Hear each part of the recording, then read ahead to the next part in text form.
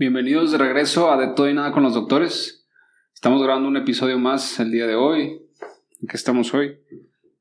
A 17 de enero del 2023. En la última semana grabamos con la licenciada Jennifer Garza, nutrióloga, tiene su clínica Sanut aquí en Monclova. Y pues platicamos de temas bastante interesantes de nutrición, generalidades, pues de cómo comer adecuadamente y todas las recomendaciones que nos hizo. ¿Cómo lo viste? Muy bien, me gustó mucho eso de la recomendación de tomar cafecito diariamente. Sí. En cantidades generosas. Lo malo es que no respetamos las cantidades. Pequeño detalle, pero sí muy interesante la charla aquí con la licenciada Jennifer. Y el día de hoy tenemos a un amigo aquí con nosotros. ¿Puedes presentarlo, Luis, por favor? Claro que sí, el doctor Oscar Rodríguez. Bienvenido, Oscar.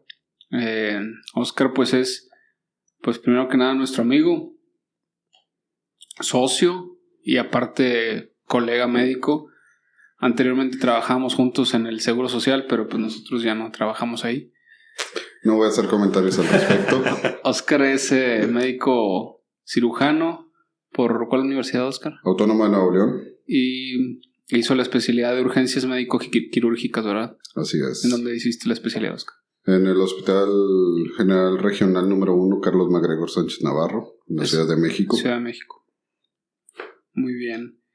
Pues hoy queremos platicar con Oscar, pues muchos temas. Siempre queremos abarcar muchos temas y pues no podemos tantos porque son muchas horas luego y hay que editar. Los perdemos, sí. Sí, pero... Se nos da hablar y hablar y hablar. Pero podemos platicar de algunos de los más interesantes, porque urgencias es bastante interesante. Todos hemos visto, bueno, no todos, ¿verdad? Pero la mayoría hemos visto las series o los programas que se supone que son de la vida real, ¿verdad? De urgencias que salían en Discovery y que salían en estos canales. Pues casi siempre de urgencias, impresionantes. No en realidad a lo mejor las urgencias sentidas de los pacientes, ¿verdad? La gran mayoría. Que si me duele el abdomen, que si me duele la garganta, el oído. Y pues en realidad pues para el paciente a lo mejor es una urgencia, pero no es lo que queremos que ocupe las salas de urgencias. Sí, como bien dices, son urgencias sentidas porque el paciente siente que es una urgencia, ¿no? Pero pues la real es el que realmente tiene una condición que pone en riesgo su vida, pone en riesgo la función de un órgano o alguna extremidad, que de hecho es como se define una urgencia real. Ya, hay una diferencia de definición entre urgencia y emergencia, ¿no? Sí, o sea, emergencia es una situación donde hay una alteración que pone en riesgo la vida del paciente. Uh-huh. Eso es una emergencia. En un periodo corto de tiempo, ¿no? Sí, o sea, que hablamos de un paciente chocado. Con choque nos referimos a que la función de bomba del corazón no está haciendo bien. Puede ser porque el corazón no está bombeando bien, o porque perdió mucha sangre, o porque está muy deshidratado, o por otras causas. Puede ser infartos, embolias, que conocemos habitualmente, infartos cerebrales, como es el nombre correcto. Un embolio. Un embolio. Un derrame. Un evento hemorrágico. Sí. Y otros, pues, de acuerdo a cada rango de edad vamos teniendo las causas más comunes, ¿no? Por ejemplo, en joven, pues la causa más común son accidentes. Accidentes automovilísticos. De cualquier tipo de los accidentes. O sea, en el trabajo, el accidente automovilístico, el niño que se quemó porque dejaron la olla en la estufa y se le echó encima, el que andaba arreglando en el techo haciéndole al MacGyver y se cayó del techo de dos plantas, etcétera, ¿no? Estaba yo leyendo una página ahí de información médica, Medline, que es uno de los sitios de información para pacientes más fidedignos, ¿verdad? Y pues me encuentro de las urgencias más comunes de una sala de urgencias o emergencias. Y obviamente pues de ahí puede ser de cualquier parte. Uno, por ejemplo, es sangrado que no para. Sabemos que pues puede sangrar a cualquier lado. O sea, un sangrado digestivo, vómito, evacuaciones con sangre, o por ejemplo una epistaxis, que es un sangrado de la nariz es raro que un sangrado de la nariz ponga en riesgo la vida, pero pues de repente los hay. Los posteriores, ¿sí? Uh-huh. O sea, yo he tenido, de hecho hace no mucho, un paciente que desafortunadamente, a pesar de manejo y taponamientos y demás, falleció por un choque hipovolémico por una epistaxis posterior. Epistaxis, en serio. No lo alcanzamos. Tenía antecedente de hepatopatía, tenía antecedente de un problema de hígado, que esos problemas de hígado alteran la coagulación. Entonces, él sangraba mucho más fácil. La verdad es que no había ni cómo detenerlo. No, pero bueno, antes de ponernos a platicar de las emergencias y urgencias más comunes, platícanos un poquito de ti, cómo te decidiste por esta especialidad, que la verdad, te voy a ser sincero, cuando yo estaba en el internado y roté por urgencias, 2 meses, uno por urgencias de adultos y otro por urgencias de pediatría. Yo la hice en el Hospital General de Zona número 33 del IMSS en Monterrey. Y yo creo que podría clasificar esos 2 meses como los 2 peores meses de mi vida. Y no eres el único. Entonces, a ver, ¿por qué te decidiste? Porque luego de repente no, es que yo veía ER y me gustaba mucho y por eso me decidí por urgencias. Y si te digo que no me decidí por urgencias, me decidieron. Fíjate que es raro. Yo nunca había considerado urgencias como una posible especialidad a hacer. Yo terminé medicina, empecé a trabajar como médico general y estando trabajando como médico general presenté el examen de residencias médicas. Lo presenté a 2 especialidades, a cirugía y a trauma, obviamente, en ocasiones diferentes. Y no se dio. Simplemente no se dio. Quedé muy cerca, pero no quedé. Y empiezo a trabajar como médico general, suplente en el seguro. Y pues a partir de que me empezaron a dejar en el seguro, pues me mandaban a las minas de sal, porque el lugar de castigo para todos es urgencias. Ahorita que decías de los 2 peores meses, sí, o sea, los últimos que entraron, a urgencias. Los que más se portan, a urgencias. Pues me debe haber portado mal, porque me empezaron a dejar en urgencias y en urgencias y en urgencias y en urgencias. Y a mí no me gusta un consultorio, no me gusta un escritorio. O sea, necesito más dinamismo. Más dinamismo, más estar haciendo manitas y demás. Entonces le empecé a ver el interés a urgencias porque era algo que no estaba de fijo, o sea, no estaba con una rutina. Urgencias es muy diferente día con día. Era algo que era dinámico. Y también por mi situación personal en ese momento, no era una especialidad muy, muy larga de hacer. Pues dije, vamos a intentar urgencias. Y voy y presento el examen y me va muy bien. Entonces, como comentario la noche anterior, así, antes de presentar el de residencias, dije, si es para mí, que me vaya muy bien. Si no, que me vaya del nabo. Ese año fui al lugar 14 de urgencias en el Nacional de Residencias, entonces pues no me quedó más que entender que era para ti. Que era para mí. Sí era para ti. Y pues de ahí. ¿Y cómo fue tu residencia? ¿Fue pesado? Sí fue pesada, creo que como físicamente. La de todos, pero sabes que en la sede donde yo hice la residencia, la encargada de enseñanza, la jefa de enseñanza, una persona que tenía mucho control sobre lo que pasaba dentro del hospital. Entonces, no había esas guardadas de hasta 2-3 días y no había... Y se privilegiaba mucho la enseñanza. O sea, nosotros teníamos de 2 a 3 horas de clase todos los días, más los viernes eran sesiones, aparte de la sesión general del hospital, eran sesiones de tema de urgencias de 4 o 5 horas. Entonces, en el hospital se privilegiaba mucho Oye, como paréntesis, es algo que podríamos platicar también de los abusos que se dan en las residencias, ¿no? Es bien común en algunos hospitales. Pues luego se dice que cada vez menos, pero pues muchas veces sigue sucediendo a escondidas, ¿no? Sí, yo te puedo decir, por ejemplo, me tocó... Yo estaba 6 meses en mi sede y 6 meses rotaba en otras sedes. Pues en el DF como que no faltan sedes para rotar, ¿no? Para aventar para arriba.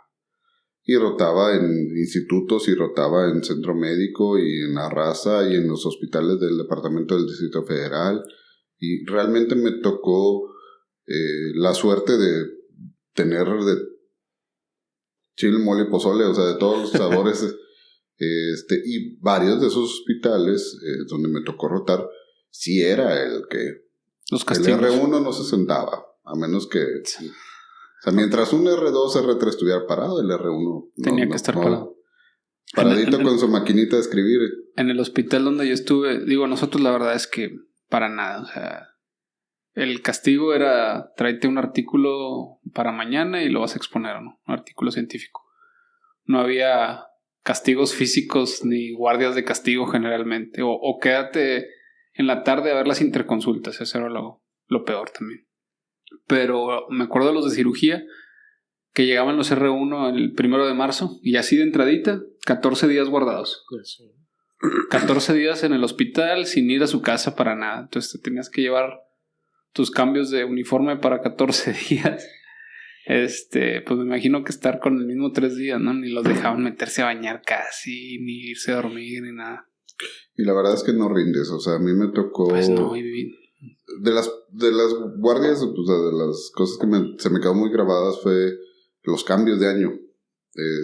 Porque dejaban salir a los R3 antes y todavía no llegaban los R1, entonces de R2 nos tocó una guardia donde la sala era de 45 pacientes y estábamos 2 residentes, más los choques, más todo. Entonces no, acababas hecho pedazos. sí, y obviamente, o sea, las historias que todos tenemos de las desveladas, ¿no? De micronebulizaciones con enoxaparina cada 8 horas. Esa fue mía, por cierto.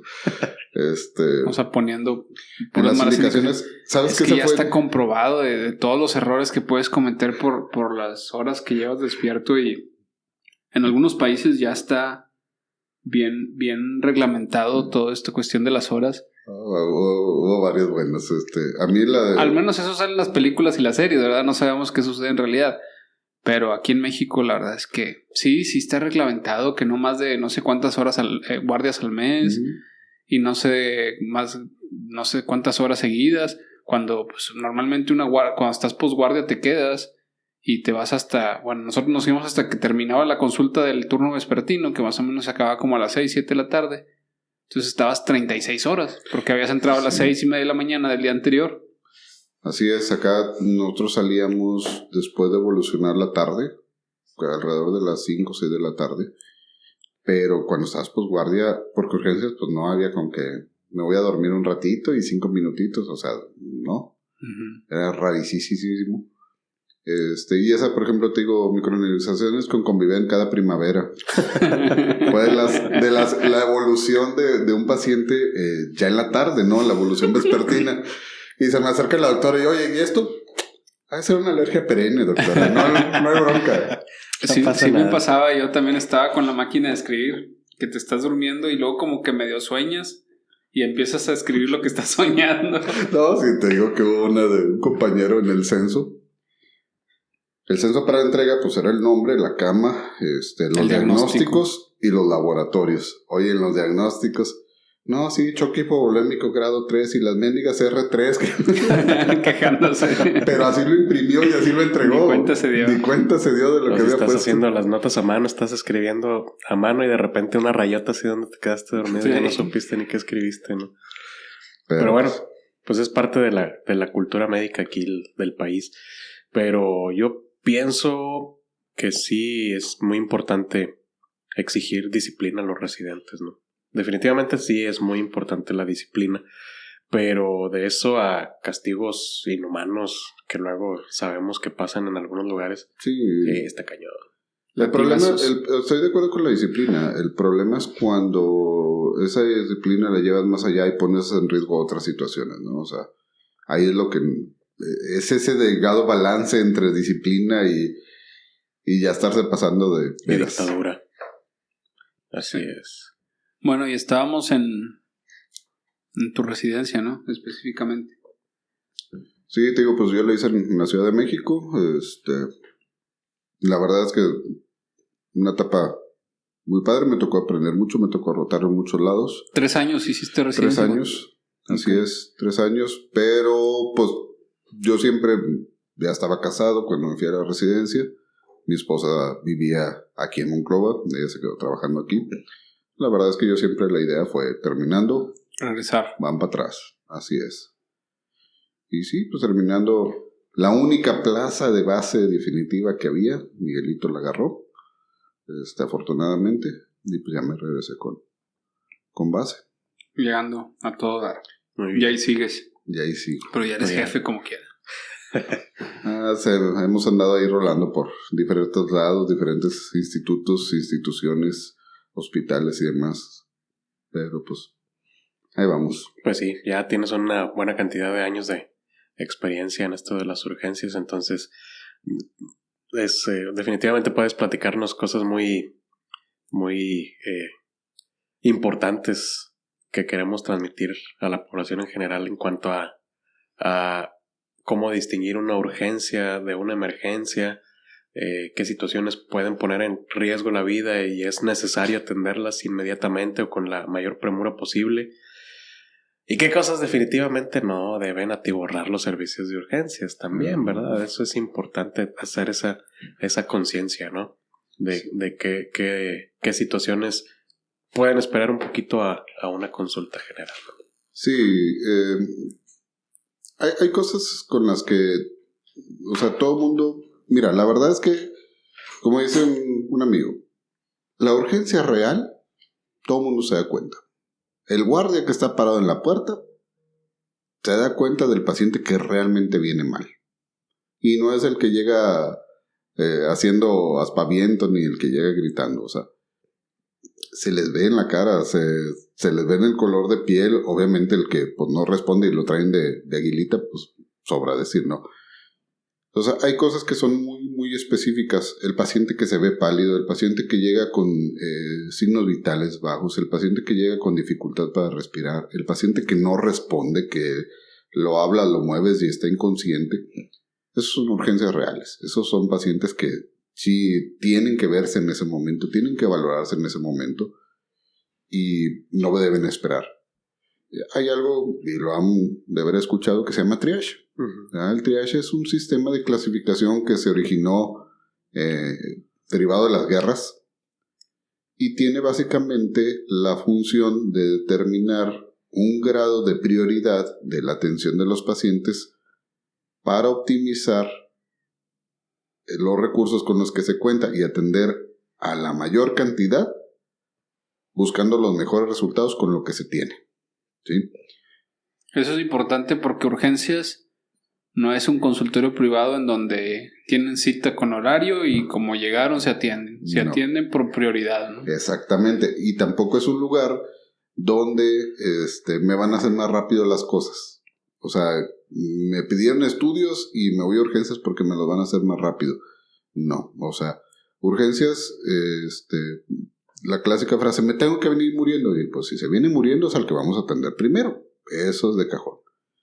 Si viene con una fiebre que no le está alterando sus signos vitales y que está despierto y me está gritando y me está diciendo, no voy a decir la frase, pero me lo está diciendo, pues puede esperar. O sea, se prioriza de acuerdo a lo médico, no a quién conoce, ni quién lo mandó, ni lo demás, ¿no? El sistema, yo creo que del triage y que no se respete el sistema, bueno, no que no se respete por parte de los médicos, sino que la gente como que va por un montón de cosas a urgencias cuando no se necesita. Tanto aquí como en México, en otros países yo he visto un montón de campañas para tratar de usar urgencias para lo que realmente es, para urgencias y emergencias. Y yo creo que es una de las grandes causas de saturación de las instituciones públicas, del sobregasto de recursos, de la saturación de médicos y la falta de médicos. Están llenando urgencias de pacientes que pueden ir a la consulta general y pues a lo mejor esperar, ¿verdad?, su consulta de médico familiar o de médico general, pero se van a urgencias y saturan ahí, y pacientes que realmente lo necesitan o recursos que se necesitan para pacientes con una urgencia real se utilizan y luego ya no hay. Y esto es, como bien dices, esto no es de México. Esto es a nivel mundial. Sí, por eso te digo que en otros países he visto las campañas de lo mismo. Urgencias en hospitales de Estados Unidos, lo mismo. O sea, y pasan horas para que se la atiendan a pacientes que tienen situaciones que no son de urgencia. Anda por ahí un video, si mal no recuerdo, es danés, es de Dinamarca, donde me acuerdo más de una de las escenas, son varias, ¿no? Pero una donde entra la ambulancia así con la camilla, con el paciente, y llega el doctor y todos los enfermeros, y se ponen y agarra voy a decirlo, un alicate, no unas pinzas, le corta la uña enterrada, se la quita y ya. Y esa era la urgencia. Entonces, haciendo parodia de las causas no urgentes, de las urgencias sentidas por las que luego se consulta. Se me quedó muy grabado un paciente que me tocó a mí en un hospital público, que llega a las 3 de la mañana, sin fiebre, sin dolor, sin nada. Una infección de vías respiratorias altas, una gripa, era una resfriado. Era una amigdalitis. Okay. Traía ahí descarga y traía pus en las amígdalas. Pero llegó a las 3 de la mañana a consultar a urgencias, sin fiebre y sin nada. Y bueno, ¿y por qué a esta hora? No, pues es que a esta hora es la que tengo chance porque salgo del trabajo. Y luego para los pelos del otro, ya sabrás. Salió bien orientado. Muy bien. No sé si han visto, me imagino que sí, Doctor House. Y era como su castigo ir ahí en Estados Unidos le llaman como que clinic. La clínica, que es la consulta de la sala de urgencias. Así es. Y siempre pues era, sí, de por sí Doctor House era como era, ¿verdad? Pero cuando lo mandaban a la clínica era todavía peor con los pacientes, sobre todo los que no eran urgentes. Y es que la verdad no sé si alguna vez la gente que nos escuche y nos vean pasado por una sala de urgencias de un hospital público.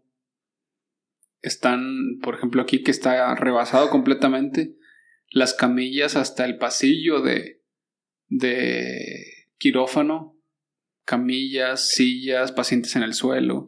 Y afortunadamente, te soy franco, ya tenemos años que no tenemos ahí en el pasillo, pero la situación de las sillas, la sobrepoblación dentro del servicio sigue siendo, y no es privativo de un hospital, es de todos. Cuando empezó el COVID, que empezaron a pasar videos de que es que está llena la sala de urgencias, y pues le decía yo, la verdad es que urgencias siempre ha estado lleno. No es novedad para ninguna institución pública mexicana la sobrepoblación de pacientes. Ahí la situación con el COVID era mucho de que estaba lleno, pero a diferencia de lo que habitualmente pasa... Sí, que no había los recursos para tratarlos, ¿no? Deja tú eso, o sea, llegaban pacientes... Normalmente en urgencias tienes pacientes 1 o 2 que están bien malitos, que eso sí están a 2-3 pasos de ir a platicar con San Pedro, y luego tienes una cierta proporción que están malitos, pero estables, vamos a decirlo así, y 2-3 más que están nada más poniéndose medicamento y que en un ratito se van. El problema con el COVID es que todos llegaban bien fregados, o sea, todos llegaban mal, saturándose a 20-30%,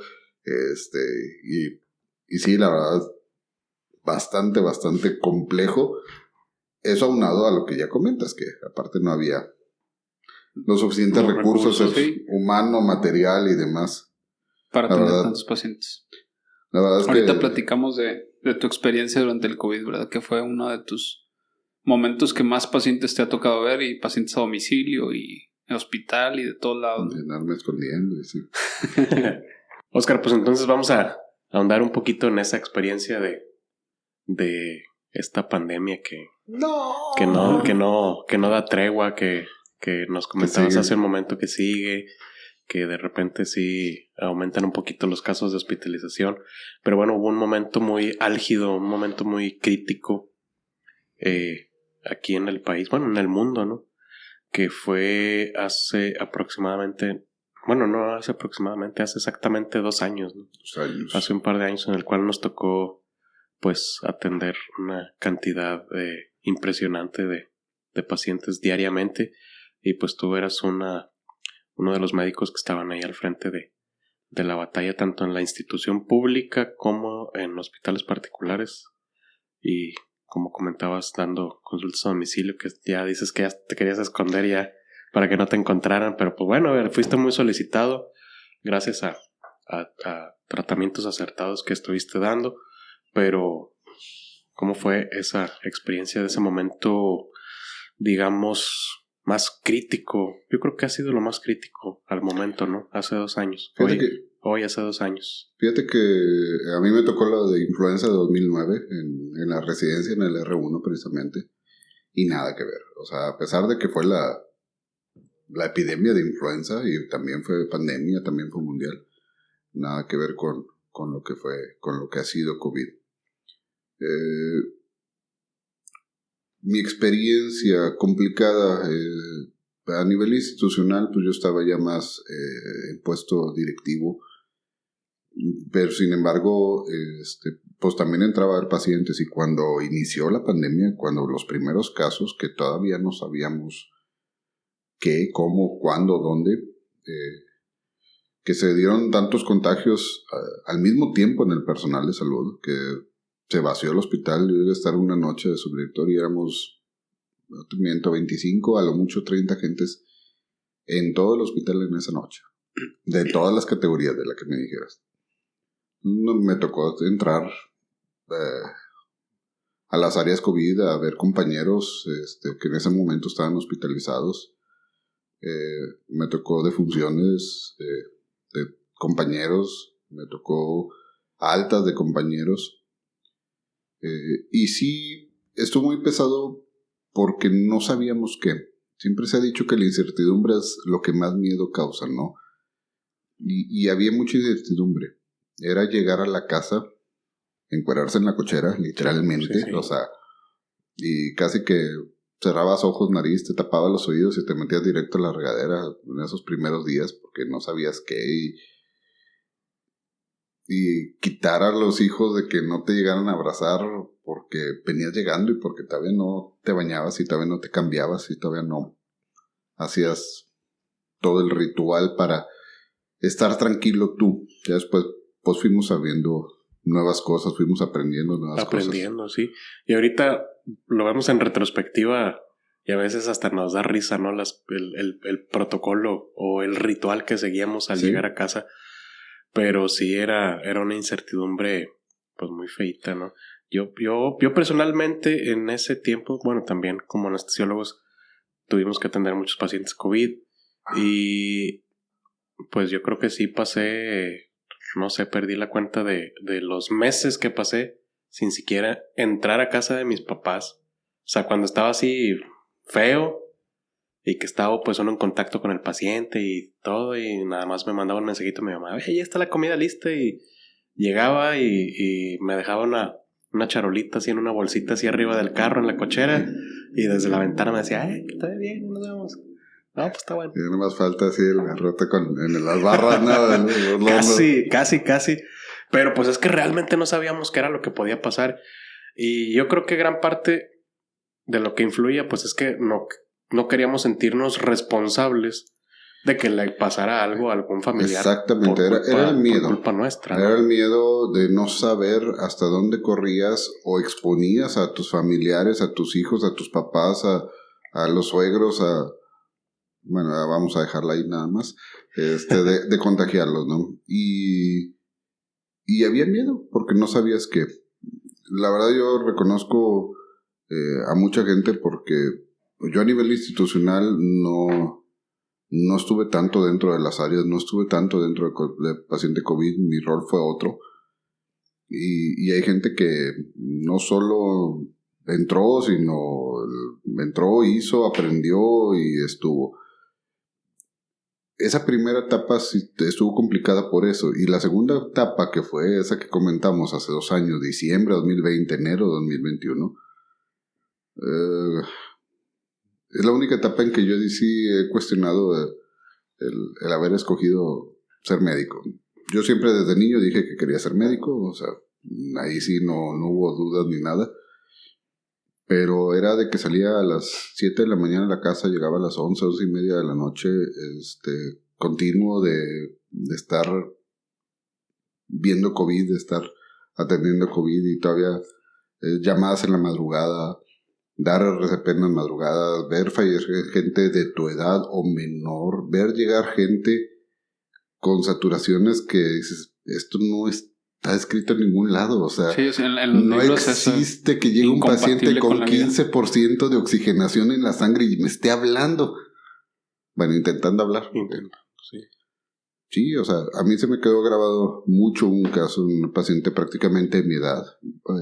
Llegó saturando joven. Sí, chicuelo, o sea, llegó saturando a 20%. Lo normal, para que nos demos una idea, es de 95 para arriba. O sea, eso no estaba escrito. Yo jamás había visto oximetrías en pacientes despiertos, caminando y hablando de esos niveles. Jamás. O sea, todavía había gente que decía 86%. Ay, está en paro. No, pero tampoco, pero sí. Y ahí lo pesado fue eso. O sea, fue tanta la cantidad de pacientes.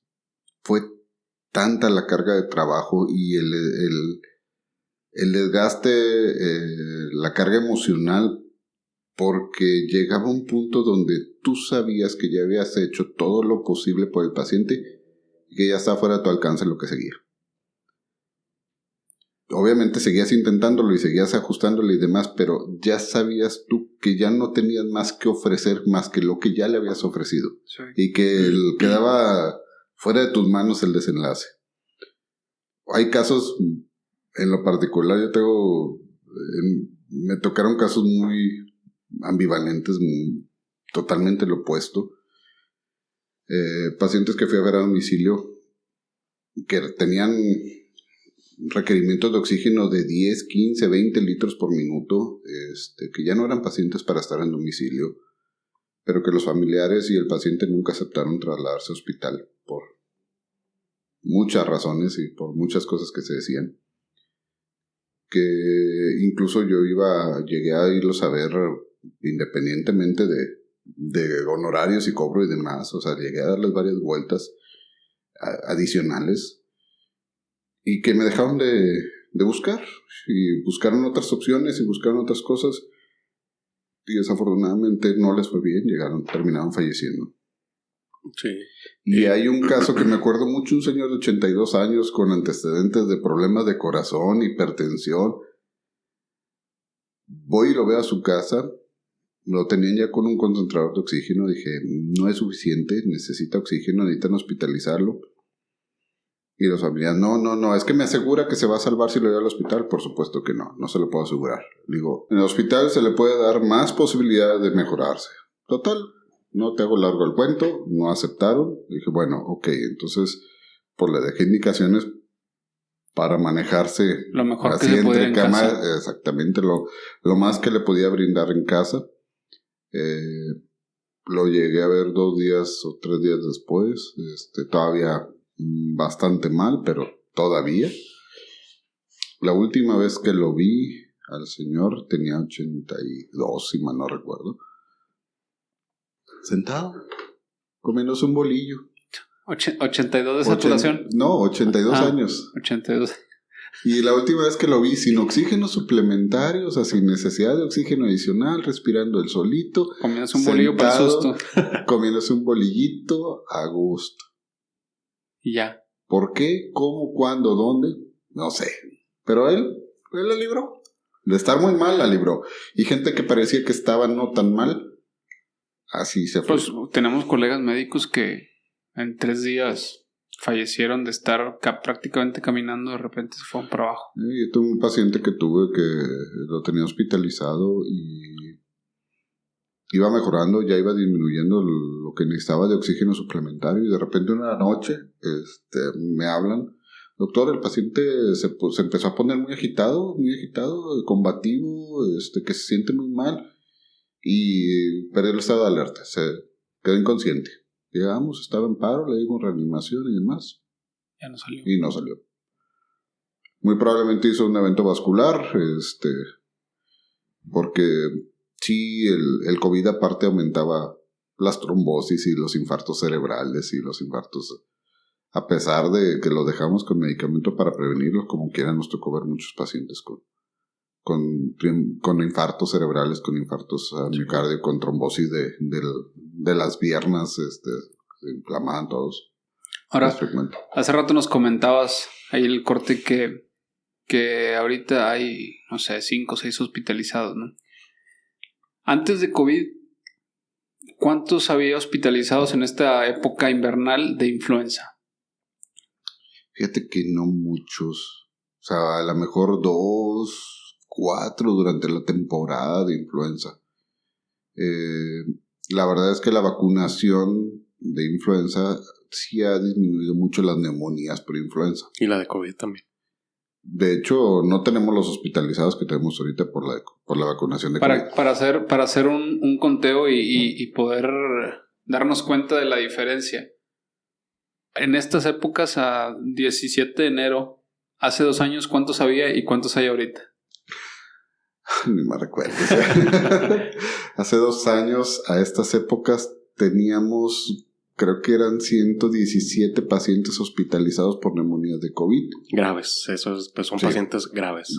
Pacientes graves que requerían oxígeno suplementario, que varios de ellos estaban intubados y demás. O sea, que requerían estar en hospital. 120. Números redondos, ponle 115 para no exagerar. Okay. Ahorita son 5. O sea, las vacunas funcionan. Las vacunas funcionan, definitivamente. Las últimas, esta es la 6ª ola en México, la que se considera la 6ª ola.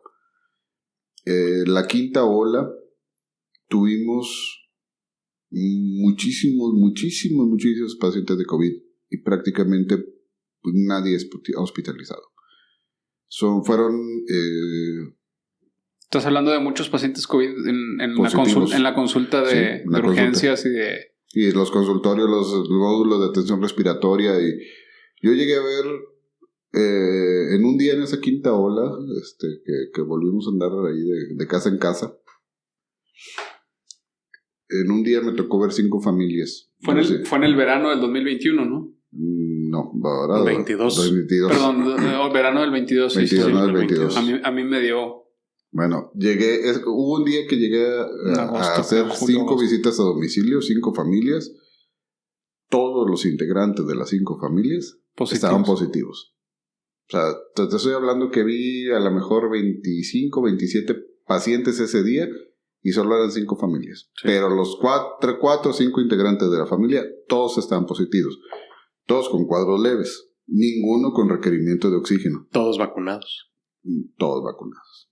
Eso es lo importante, el dato importante. Sí, recuerdo esa época hace 6-7 meses que prácticamente todo Monclova tenía COVID. ¿Sí? Prácticamente todo el mundo, todos, ya sea en una semana o en la siguiente, todo el mundo estaba positivo. Oye, ¿tú la sigues librando? La sigo librando. ¿Tú crees? Creo. Yo creo que sí. Fíjate que yo nunca he tenido un resultado positivo. Tuve un cuadro que yo casi puedo asegurar que fue, pero pues un moquito leve y nada más. Ya ves que platicábamos hace unos días con un químico que nos decía por qué pudo haber habido muchos casos falsos positivos en las pruebas hace 2 años. No sé, pero ahí yo salí positivo hace 2 años, no, casi 3 ya. Marzo, abril fue cuando empezó todo. No recuerdo en qué mes salí positivo, pero fui asintomático. Pero ahora en agosto, en la 5ª ola, me pegó pues fiebre, mocos, gripa. Se me fue el olfato unos días. Fue un cuadro clásico. Ya nomás me decían a mí es que empecé con dolor de garganta, todos mocos. Y se me fue el olfato. Ni te hagas la prueba. Te lo juro, exactamente. O sea, yo les decía, ya no te hagas la prueba. Aíslate y ahórrate lo que en ese entonces eran 700, 800 pesos la rápida. Ya no te digo las PCR. Yo creo que prácticamente se puede hacer como un signo patognomónico porque lo que yo he visto, yo como especialista de nariz y trastornos y enfermedades de la nariz, te puedo decir que pacientes con pérdida del olfato antes de COVID, contados con menos de 10. Y eran pacientes que tenían problemas neurológicos. Hay por ahí datos sugestivos de que los pacientes pueden iniciar los pacientes con Parkinson y con Alzheimer, pueden iniciar con pérdidas del olfato antes de iniciar con los síntomas de Parkinson y Alzheimer. Pero pues los pacientes no tienen años así con la pérdida del olfato. Obviamente traumatismos, y los pacientes que tienen alguna condición inflamatoria, pólipos o que fuman, sinusitis crónicas, pero así como pérdidas del olfato puras, a veces sin síntomas respiratorios, rarísimos. Y además, la verdad es que sí, a mí tampoco me ha tocado, pero sí ya ha ido evolucionando el COVID en cuanto a la sintomatología. Ya los cuadros de ahorita no se parecen a los cuadros que eran iniciales. No. Ya son más cuadros respiratorios, más sencillos, menos agresivos, ¿no? Pero no, las primeras, las tomografías eran una salvajada. Sí. Eran una cosa... Cosas que nunca habíamos visto. Jamás. Por ahí andan... Las debo tener guardadas, unas reconstrucciones de los pulmones donde era el tomógrafo que te quitaba la parte del pulmón que estaba ocupada. O sea, el pulmón es un espacio como un globo lleno de globitos llenos de aire, ¿no? Entonces todo lo que tenía líquido que estaba ocupado te lo quitaba en la reconstrucción y te dejaba nomás el pulmón funcional. Eran unas bolitas nomás. No, era un 5%, 7% lo que quedaba de pulmón. Impresionante. Ese fue de un compañero médico que desafortunadamente terminó también falleciendo. Pero las lesiones que causaba COVID en pulmones, o sea, realmente no las había visto nunca y no sé si las vaya a ver más adelante. Esperemos que ya no. Ya sé. Esperemos que ya las vacunas, que sigan las campañas de vacunación y revacunación, que claro que son importantes, y que pues... Que se acerquen temprano, los que tengan ahorita, que tengan factores de riesgo, que se acerquen temprano. Ahorita, aparte de la vacuna, está el antiviral, que es el Paxlovid, que lo hay en institución pública. Desafortunadamente todavía no lo hay en el medio privado a nivel México, pero sí lo hay en lo público. Dentro de los primeros 5 días de inicio de síntomas, el paciente mayor de 65 años que tiene más de 6 meses de haberse vacunado, que no se ha vacunado de COVID, el mayor de 50 que tiene más de 6 meses de haberse vacunado o que tiene factores de riesgo, los mayores de 18 que tienen factores de riesgo, que enfermedades que disminuyan las defensas, inmunosupresión, pueden ser candidatos a ese medicamento, y ese medicamento ha demostrado que disminuye el riesgo de hospitalización. ¿Y aquí lo tienes en Monclova? Sí. Excelente. Muy bien. Pues esa es parte de la experiencia de el doctor Rodríguez en esta pandemia, que bueno, pues ya todos sabemos la historia, todos la conocemos.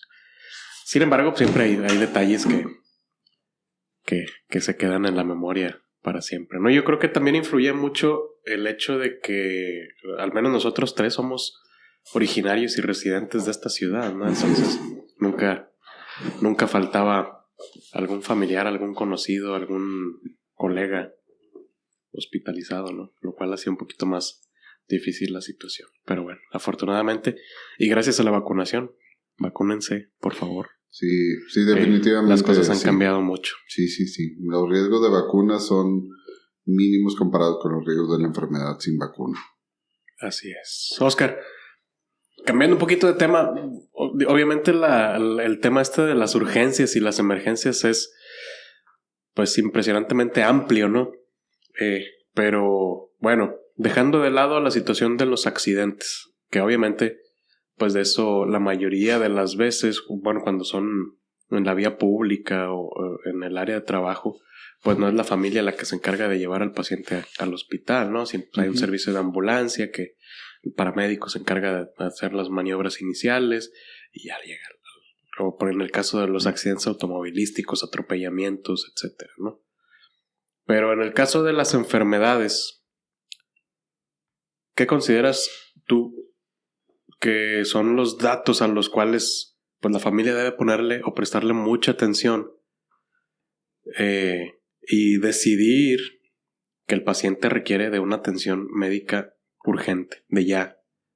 Podemos hablar un poquito, bueno, ya hablabas del choque hipovolémico, o bueno, hay muchos tipos de choque, ¿no?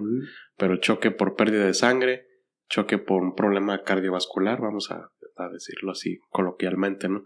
Choque por un problema neurológico, creo que son los más importantes, ¿no? Mira, En pocas palabras, sangrados, infartos y como comúnmente se conocen, embolias o derrames. Entre otras. Sí, mira, hay una parte primordial y de hecho lo retomo un segundo con lo de COVID porque fue importante. Es la oportunidad de la solicitud de atención médica. Esa es parte primordial en las urgencias. ¿En qué momento se acude a solicitar un servicio de urgencias en una patología? Es determinante del pronóstico del paciente. Entonces, hay cosas con las que pues no hay duda, ¿no? O sea, te cortas y te amputas el brazo, pues vas a salir corriendo a urgencias. O sea, claro. Te atropellan y te bambolea el brazo, la pierna por fractura, pues vas a salir corriendo a urgencias. Eso es, pues realmente no hay duda. Todo el mundo sabemos que se tiene que ir a urgencias en esos casos, pero hay otros que no tanto. Y sobre todo son en pacientes adultos mayores. A veces pacientes que no tienen tanta facilidad de comunicación por secuelas de otras enfermedades y que es el familiar el que tiene que identificar esos datos. Para cada patología vas a tener unos ciertos datos, ¿no? O sea, hablabas ahorita de choques hipovolémicos, tanto hemorrágicos como no hemorrágicos, o sea, por sangrados o no por sangrados. Los no por sangrados generalmente es por deshidratación. Y ahí los bebés y los adultos mayores son los que tienen más susceptibilidad. ¿Cómo nos vamos a dar cuenta? 1, dejan de orinar. Empiezan a orinar menos o de plano dejan de orinar. Sobre todo el paciente que por, no sé, secuela de alguna embolia está postrado o que por alguna fractura de cadera ya no caminó y está nada más encamado, que es totalmente dependiente. ¿Sí? Vamos a empezar viendo que orina menos, que tiene alteraciones en su estado despierto, pasa más tiempo dormido, tiene menos respuesta, tengo que moverlo o provocarle dolor para que se despierte y lo dejo de estimular y en ese mismo momento se vuelve a quedar dormido. ¿Sí? Baja de la presión, que empiecen a ponerse pálidos, empiecen a sudar frío. Entonces son datos le llamamos, porque nos encantan las palabras raras, hipoperfusión. El cuerpo, cuando no tiene lo suficiente, pues lo dirige a donde más le hace falta. Entonces, cuando no hay una suficiente presión, cuando falta líquido, cuando falta sangre, se lo quita la piel y se lo manda a los órganos, que es más importante. Y por eso es que vemos al paciente pálido, y por eso vemos al paciente frío, y por eso vemos al paciente con sudoración fría, donde el cuerpo está tratando de compensar esa pérdida. Todos esos datos, cualquiera de ellos, es para llevar a checarse, ¿no? Hay muchas vicisitudes, hay muchas situaciones, o sea, que podemos considerar, pero bueno, esas son las generales. Un caso muy típico y que la mayoría ya lo conoce es el de los síndromes isquémicos coronarios agudos. En español, ¿qué significa eso? Las anginas de pecho, los infartos. Dolor en el pecho, opresivo. Digo que parece que se les sentó un elefante encima del pecho, que no pueden respirar. Cuando de chavalito te hacían bolita como 17 canijos que sentías que no podías respirar. Bueno, así se siente el pecho, todo oprimido, con que el dolor se puede irradiar hacia brazos o hacia la mandíbula, que se acompaña de náusea, que se acompaña de vómito, que se acompaña de sudoración fría.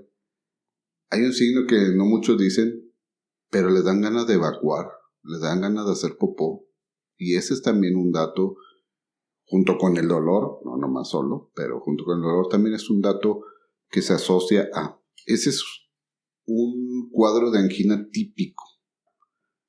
Si hay dolor opresivo con sudoración, náusea, vómito, y sobre todo en un paciente que tiene antecedentes de riesgo, es diabético, es hipertenso, tiene el colesterol alto, es fumador, es obeso, es sedentario, Digo que todos esos son los factores de riesgo y los factores de riesgo son como los billetes de lotería. Entre más billetes de lotería compres, más probabilidades de que te saques el gordo. Nada más que pues aquí el gordo Es el infarto. Pues es un infartote, exactamente. Es más la huesuda, ¿no? Pero sí es importante identificarlo. ¿Por qué? Porque tanto en el infarto al corazón como en el infarto al cerebro hay probabilidad de tratarlo, pero son tiempo dependientes. En el corazón tenemos hasta 6 horas para trombolizar, en el cerebro tenemos hasta 4 horas y media para trombolizar. ¿Qué es trombolizar? Es poner un medicamento a través de la vena que tiene la función de deshacer el coágulo que está tapando y que puede hacer que no se muera ese pedazo de corazón, que no se muera ese pedazo de cerebro. Pero pues obviamente todo depende de la premura con la cual lo trates, ¿no? De hecho, Exactamente. estoy recordando que tienes una plática que impartes a colegas médicos, ¿no? Que se la titulas Tiempo es cerebro, como el dicho ese americano de time is money, ¿no? O el tiempo es dinero. Sí. En este caso, pues cuando se presentan los síntomas se identifican rápido, se tratan rápido. Pues entre más rápido los trates, más probabilidades tienes. Exactamente, y hay otra que se llama tiempo es músculo, que dicen que tiempo es músculo, y hace la referencia a lo mismo con el corazón. Entre más rápido tú destapes, menos corazón y menos cerebro van a quedar dañados, por ende menos secuela vas a tener, ¿no? En el caso del cerebro, los infartos y los derrames son síntomas muy específicos, que es un dolor de cabeza súbito, de inicio súbito, intenso, el peor dolor de cabeza de tu vida, ¿sí?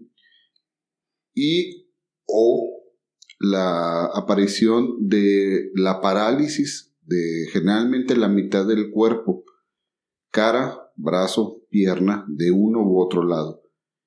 Estos síntomas se presentan de súbito, son inmediatos, no se van haciendo poco a poco. Es decir, yo estoy comiendo y de repente se me cae la cuchara y se me cae el brazo y ya no lo puedo levantar. Esa aparición de datos súbitos, eso es un infarto cerebral o un derrame hasta no demostrar lo contrario, ¿sí? ¿Cuándo tenemos más problema? Cuando sucede en la noche. Se acuesta el paciente bien y se queda dormido. Y en la mañana pues no lo quieren despertar porque igual estaba muy cansado. Y ya como a las 12 pues sigues dormido. Ah, caray, espérame. Y van y lo tratan de despertar y no lo pueden despertar.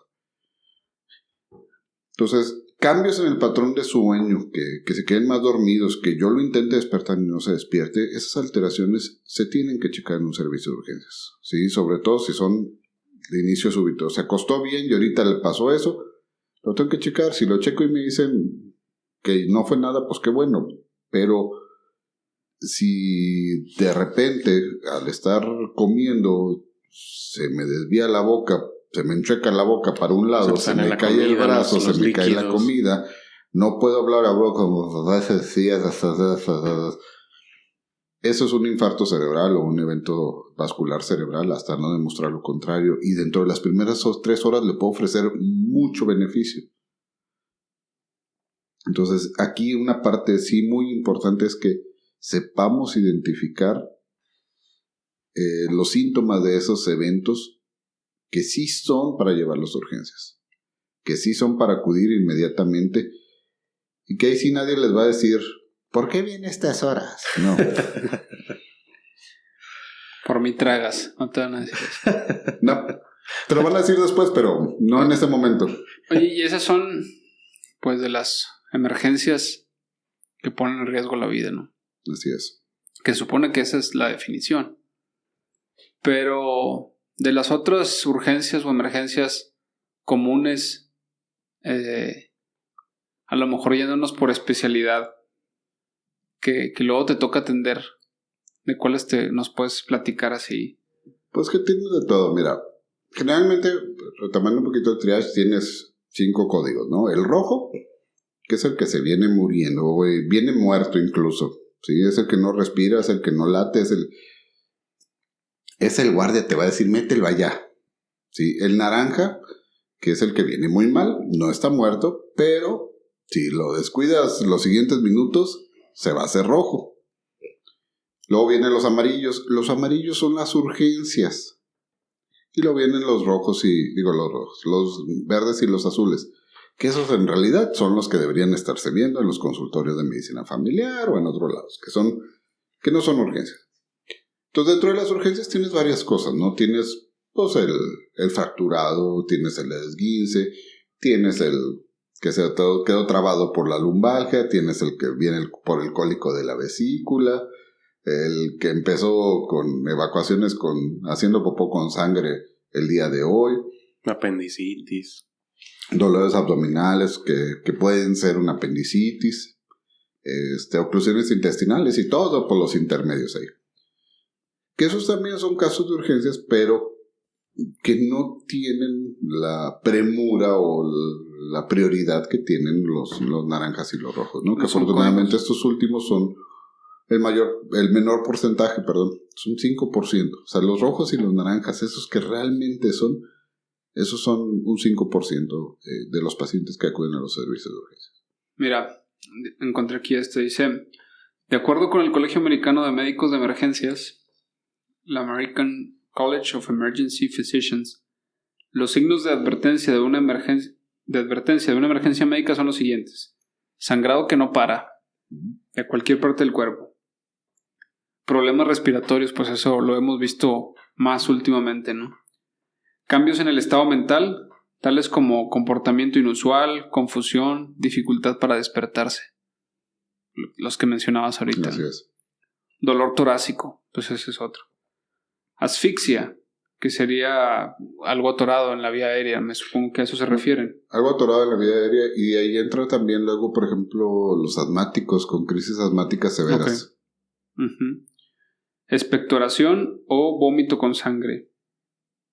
Desmayo o pérdida del estado de alerta. Sentimientos suicidas o homicidas, eso es importante, ¿no? Las emergencias psiquiátricas. Ahorita que empezaste a mencionar lo neurológico, iba a comentar eso. Hay urgencias psiquiátricas, sí. O sea, el paciente que tiene riesgo de autolisis, o sea, riesgo de lastimarse él mismo, que está con rumiación suicida, que está con pensamiento de muerte recurrente, que está pensando en morirse o está planeando el matarse, eso es una urgencia, ¿sí? O el otro lado, el que tiene riesgo de lesionar a alguien más, o sea, pacientes con brotes psicóticos, pacientes con trastornos en ese momento agudos que pueden lesionar a otros, a familiares. Esos también son urgencias. Son urgencias. Okay. Y bueno, aquí en este podcast hemos tocado en varias ocasiones el tema de la salud mental. Entonces a mí me queda duda, en el paso de los años, o sea, el tiempo que tú has estado ejerciendo la medicina de urgencias, has notado que, por ejemplo, los intentos de suicidio aumenten con el paso del tiempo. Sí. De hecho, sí hay un franco aumento de los intentos de suicidas.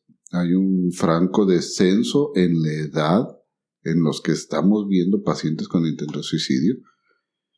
Y también hay un aumento importante en la población en general de alteraciones de trastornos del estado de ánimo y trastornos de la conducta. ¿Y estás hablando de la pandemia para acá o desde antes?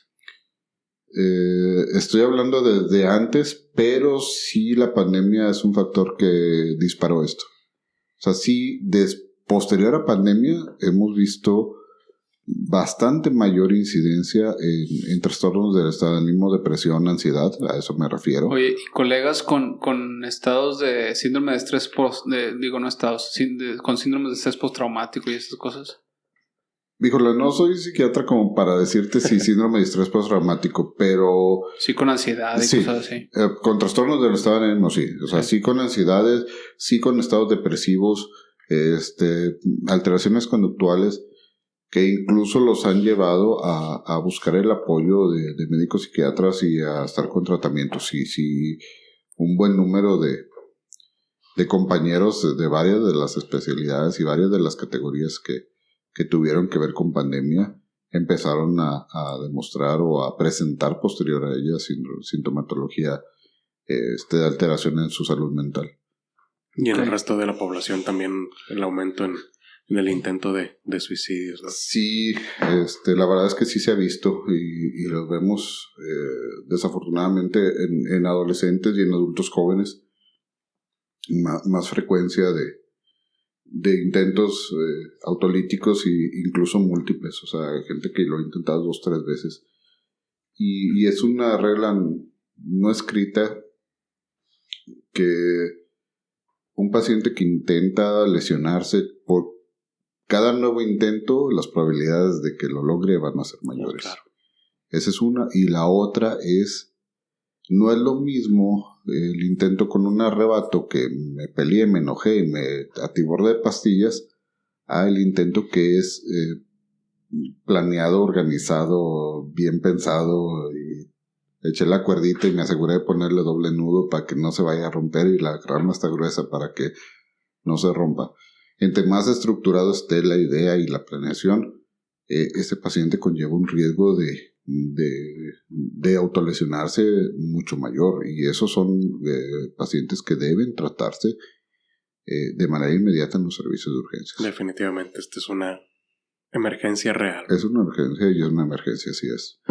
Oye, continuando con las lista que viene aquí de urgencias, las siguientes son lesión en la cabeza o en la columna. Pues me imagino ahí también englobamos todo lo de los accidentes automovilísticos, caídas del techo, caídas de propia altura, deportes y cosas así, ¿no? Y agregamos otras que de repente son menos frecuentes. Esas son las más frecuentes, las que estás comentando, pero de repente olvidamos otras, por ejemplo, las fracturas las fracturas vertebrales por metástasis de cáncer. Okay. El cáncer se les llaman patológicas.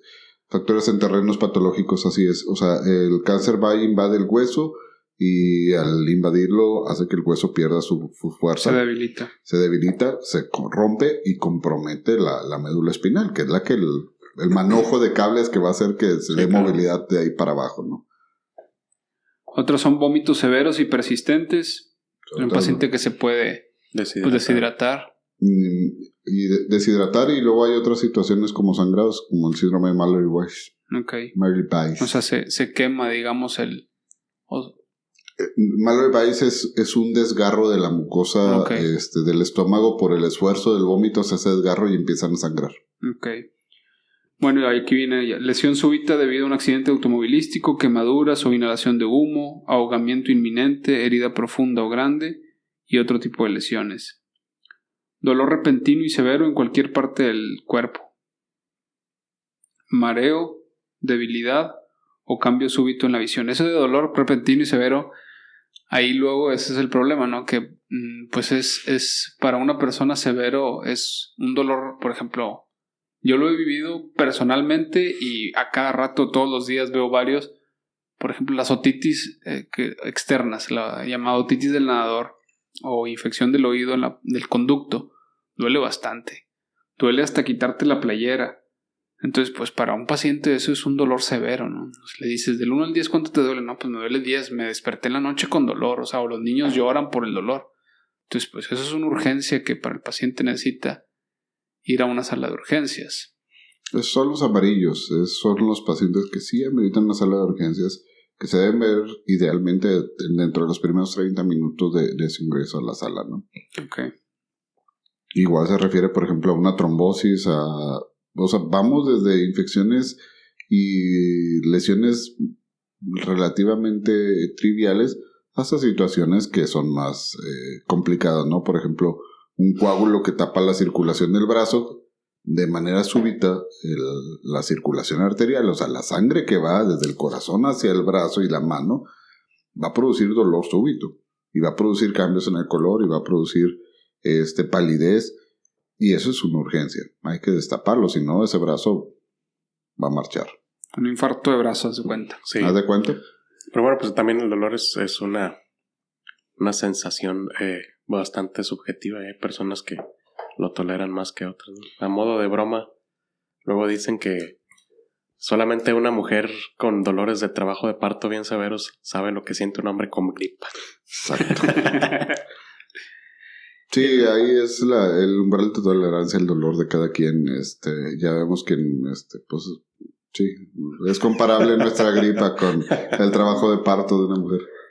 Ingestión de una sustancia tóxica es otro, que pues bueno, ya eso también puede ser accidental o puede ser premeditada como intento de suicidio. Ácidos, álcalis, que se supone que son un poco más peligrosos los álcalis, ¿no? Las pilas. En cuanto las baterías. A ingesta, sí. Sí. En cuanto a ingesta, sí. La otra son lo que dicen las pilas. Bueno, precisamente porque cuerpos son extraños, Sí, pero por ejemplo, dentro de cuerpos extraños es lo mismo que se traguen una moneda que se traguen una batería una de reloj. Hace unos meses me habla un pediatra para que valorara a una niña que le traía un cuerpo extraño metálico en la nariz. Y llegan conmigo aquí y ya no lo traía, pero ya se veía la mucosa de la nariz negrita. Y le digo, ¿estás seguro que era? Porque me dijo que era una cosa de un collar o de una pulsera o algo así. Le digo, ¿estás segura? Me dice, sí, doctor. Total que le digo, bueno, pues esté segura o no esté segura, ya no está en la nariz. Hay que hacerle otra vez radiografías porque me traían una radiografía donde sí estaba en la nariz. Le digo, lo más probable es que ya se lo tragó. Y se van de aquí a los rayos X. Y ya lo traía en estómago. Y redondito, planito. Y le dije, yo todavía siento que no es una cosa de un collar, siento que es una pila. Le hablo al gastro, lo mete en endoscopía y efectivamente era una batería. Y ya traía ahí una ulceración leve. También en la nariz estuvo leve porque me ha tocado ver unas de niños que ya tienen horas o un día o 2 días y ya perforado el tabique. No, yo me tocó ver ese niño, sí, no sé. Tenía alguna cierta alteración en comportamiento y conducta. Pero el caso es que en el mismo momento se tragó 2 objetos que se quedaron en el esófago. Uno era una moneda, el otro era una pila. Tuvo perforación esofágica, acabó en hospital, traqueostomía, gastrostomía, múltiples cirugías por la pila. Sí, hace una mediastinitis. Sí, y bueno, la verdad es que pudiéramos pensar, o mucha gente podría pensar, pues es una batería, o sea, viene cubierta, ¿qué daño puede hacer? Realmente el tragarse una batería, una pila, ya sea, bueno, las que más frecuentemente son las de botón, de los relojes o aparatitos pequeños. Sí, ¿no? así te tragas pero una luego doble A. una triple A, que sí llega a pasar, a mí me ha tocado verlo. Pues son cuadros catastróficos, ¿no? Entonces sí, cuiden mucho a sus niños. Y si llegan a ver que traen, o sea, si es una pila, eso también es una urgencia. Eso también hay que llevarlo en ese momento. Y otros de los cuerpos extraños pueden ser cuerpos extraños en cualquier parte que a lo mejor no es urgencia, ¿verdad? Desde los oídos, no te rías. ¿De qué te acordaste, Oscar? De un par de casos que han llegado recientemente. Oye, bueno, en mi área, pues en los oídos, los insectos. Hace 2-3 días, nuevamente, porque ya me ha tocado en varias ocasiones, saqué una garrapata de un oído. Pero pues me han tocado garrapatas, cucarachas, arañas en insectos. Y semillas, frijoles, baterías también en los oídos, en la nariz también, cualquier cantidad de cosas. Cuentas de collares y canicas. De todo. En cavidad oral, faringe, laringe, espinas de pescado es lo más común. Y una vez saqué un hueso de pollo gigante, yo no sé cómo se atoró ahí. Yo me acuerdo de espinas de pescado, sí, es frecuente. Una se me quedó bien grabada porque así atravesaba toda la inquina, o sea, de lado a lado. Yo hice la residencia en Veracruz y ahí pues se come mucho pescado, todo el año. Y era de todos los días, por lo menos una espina de pescado en la garganta. Y bueno, pues también hay cuerpos extraños en otros orificios y llegan también de repente por ahí, ¿no? Las historias esas de las botellas en el recto, de los estimuladores y estas cosas que se fueron para adentro. Los tactos rectales positivos para astillas y cosas por el estilo. Esa es una... Se estaba bañando, se resbaló y cayó en el desodorante de Centón. Así es. Llegan también de esos. De repente, sí, también. Que también dices tú, o sea, desodorantes, pero no agarran el rollo, no agarran el bote de spray, o sea, en aerosol o eso que te digo. Pues bueno, no juzgamos, ¿verdad? De las astillas, fue un caso. Es mejor comprarse los objetos que son para eso, para andar evitando este tipo de problemas. Pero también aún así llegan, fíjate, con esos objetos también. Entonces, bueno, si no lo controlas, no lo consumas. Bueno, y por último está por aquí presión o dolor abdominal, que ya lo comentábamos, ¿no? Las apendicitis, vesícula, perforaciones intestinales. Los litos. Las piedras en la vía urinaria también duelen. Sí, duelen mucho. Y bueno, como comentabas, los litos, las piedras en los riñones, que también luego son bastante dolorosas, ¿no? Sí, son muchas las causas. Buscar enumerar todas las razones por las que hay que ir al servicio de urgencia, pues realmente no. Aquí la pusieron como las causas que son como signos de advertencia. Así es. Aquí yo lo quisiera nada más sí enfocarlo hacia las realmente importantes, ¿no? O sea, las que representan más riesgo. Los dolores son motivos para acudir a urgencias, pero generalmente un dolor no te pone en riesgo de manera inmediata, te da oportunidad para que llegues, se te vea, se te revise, se te hagan los exámenes complementarios para saber qué es lo que te está causando el dolor, con excepción en un momento dado del dolor torácico. La otra cosa que no comenté, que ese sí puede ser cualquier edad, son las taquicardias. La taquicardia es que el corazón empieza a latir muy rápido. Palpitaciones y taquicardias. ¿Cuánto? Realmente para que te ponga en riesgo una taquicardia son frecuencias cardíacas, o sea, más de 150 latidos por minuto. Entre 100 120. Si yo me arranco corriendo de aquí a la camioneta, voy a llegar a 120, sobre todo con mi pobre condición física. Entre 120 y 150 está anormal, no está bien, pero el cuerpo todavía lo tolera. Pero arriba de 150 o más, ya la cantidad de sangre que llega al corazón y la cantidad de sangre que bombea al corazón ya se ve comprometida. Y es así, hay que hacer algo para controlar esa frecuencia cardíaca. Esa sería otra situación por la que habría que acudir al servicio de urgencias. Entonces, en resumen de todo eso que dijiste, estoy totalmente de acuerdo, pero así como que las principales alteraciones del comportamiento, alteraciones de estado de alerta, es decir, que no se despierten, que no respondan,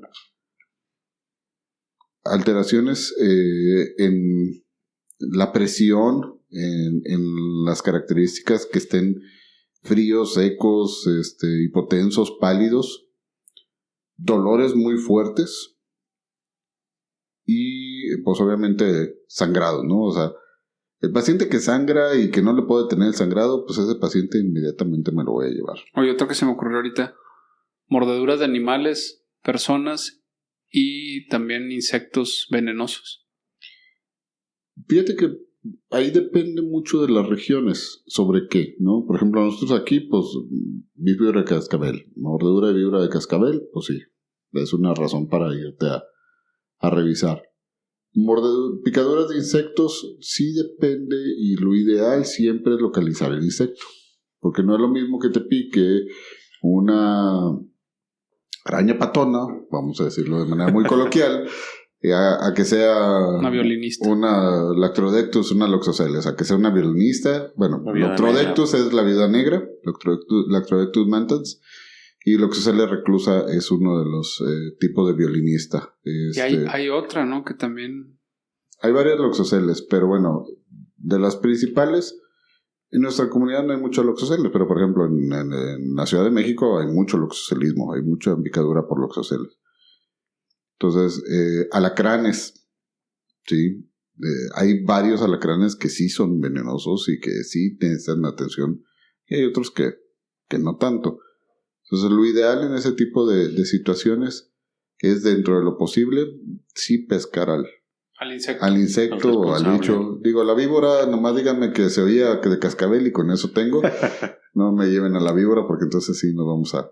Pero, por ejemplo, cuando no son de cascabel, que son algún otro tipo de serpiente, sí es bueno identificarlo. porque hay venenosas y hay víboras que imitan a las venenosas en cuanto a sus características, pero que no lo son. Como la coralillo y la falsa coralillo. Exactamente, por poner un ejemplo.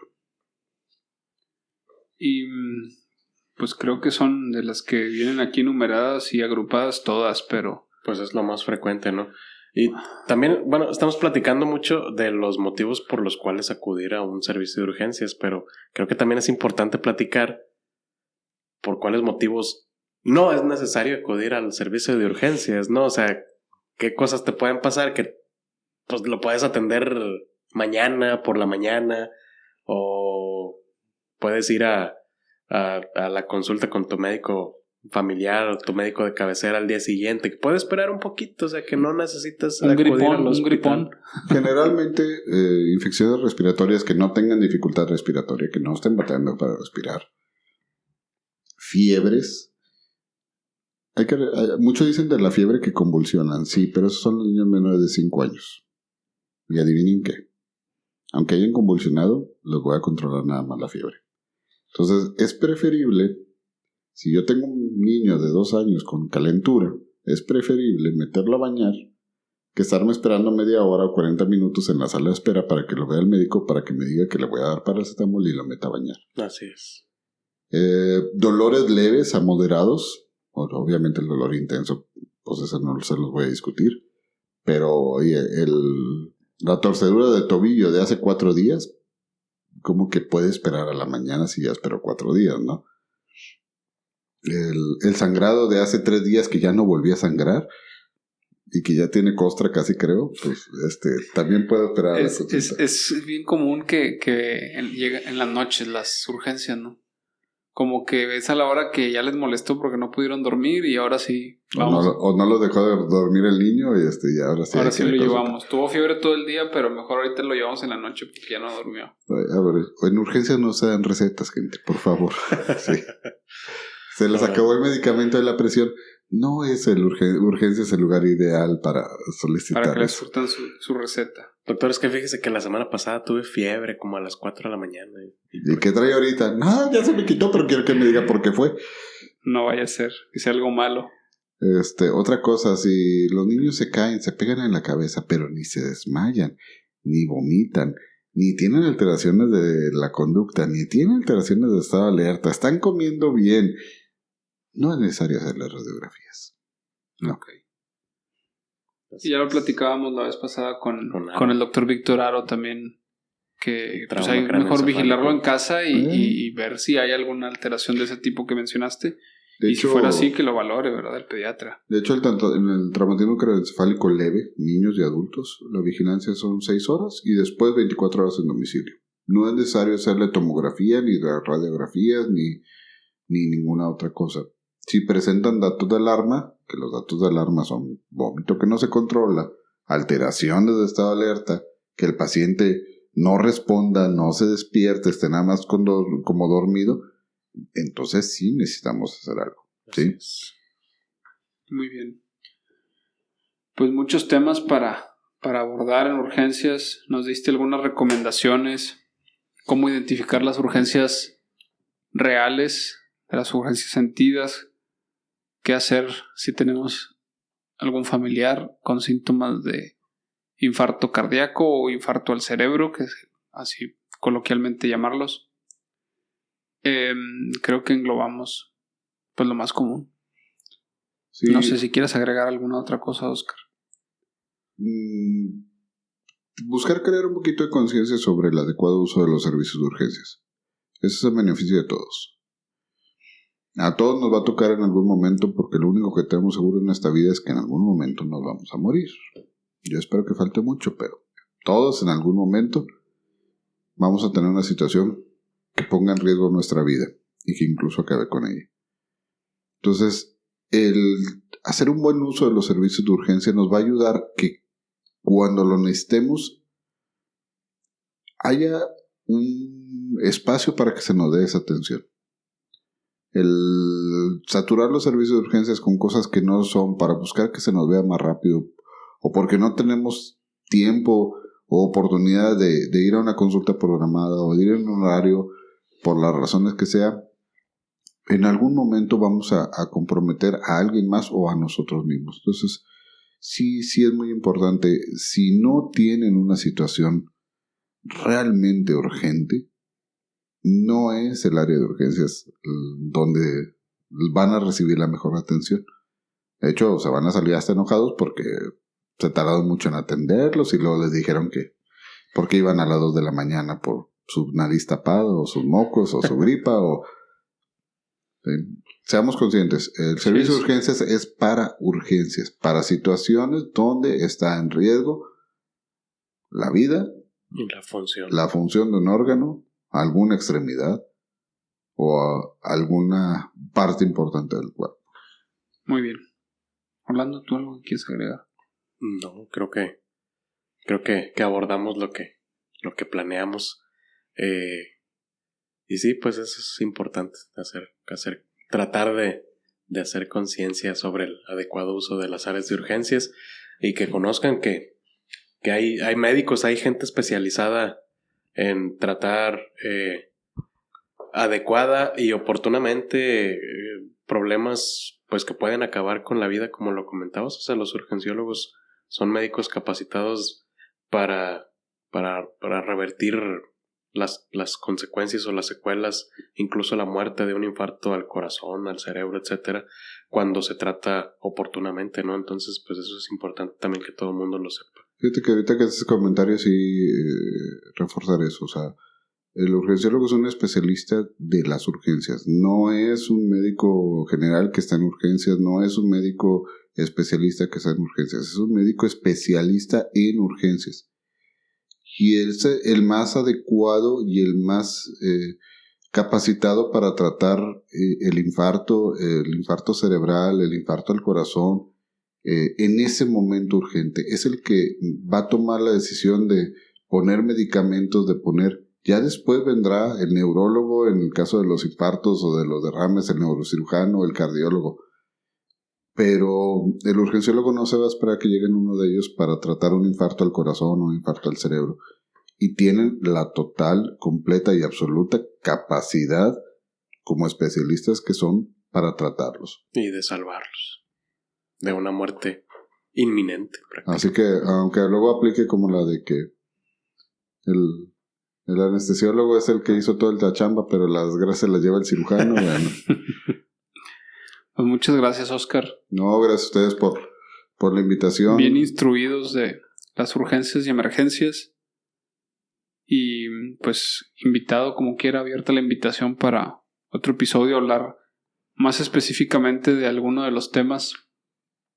Platicábamos con otros invitados que estaría bueno hacer como episodios más cortos, que abarquemos 1 o 2 temas nada más, como por ejemplo a ti que te gusta más esta área de los infartos y de las embolias y eso. Embolias. Podemos platicar más específicamente de eso y cuáles son los síntomas. Hacer unas pequeñas cápsulas de eso. Sí, exactamente, como de preguntas y respuestas o datos específicos. A ver si luego lo hacemos. Sí, Muchas gracias. Bien, que aprenda la gente a identificarlos. Me interesa a mí mucho como especialista en urgencias eso, porque eso es el primer paso, el que sepan identificar ese tipo de padecimientos, porque al identificarlos pronto nos ayudan a que le demos una atención y un tratamiento oportuno. Perfecto. Pues muchas gracias. Esto es De Todo y Nada con los Doctores.